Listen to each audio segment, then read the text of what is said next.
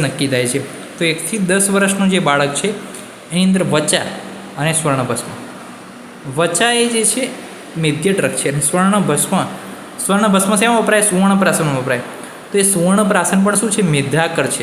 એટલે કે મેધાને શું કરે છે? વધારે છે. બાળકની જે ઇન્ટેલેક્ચ્યુઅલ પ્રોપર્ટી છે એને શું છે? વધારે છે. તો બાળકની અંદર વચા અને સ્વર્ણભસ્મ. અને એક વસ્તુ એ બી છે કે વચા અને સ્વર્ણભસ્મ બંને એ સુવર્ણપ્રાશનના શું છે? ઇન્ગ્રેડિયન્ટ છે. ઓકે. પછી વાત કરીએ 11 થી 20માં. તો કે શું કરે? વૃદ્ધિ કરે. 11 થી 20 વર્ષમાં આપણને વૃદ્ધિ થાય એવું જે છે આપણને રસાયણ જોઈએ. તેની અંદર કાશ્મીરી, બલા અને સત્તાવરી જેવા. પછી 21 થી 30માં શું છે? આપણી યુવાની હોય તો પછી 21 થી 30માં આપણે અલગ અલગ ફેસ વોશ વાપરીએ. તો ફેસ વોશ કેમ વાપરીએ? તો કે આપણી છબી જે છે, કોમ્પ્લેક્શન છે એને સુધારવા માટે. તો ત્યારે આમ લખીને લોહ ભસ્મ વાપરવાનું કીધું છે. પછી 31 થી 40માં શું હોય? તો કે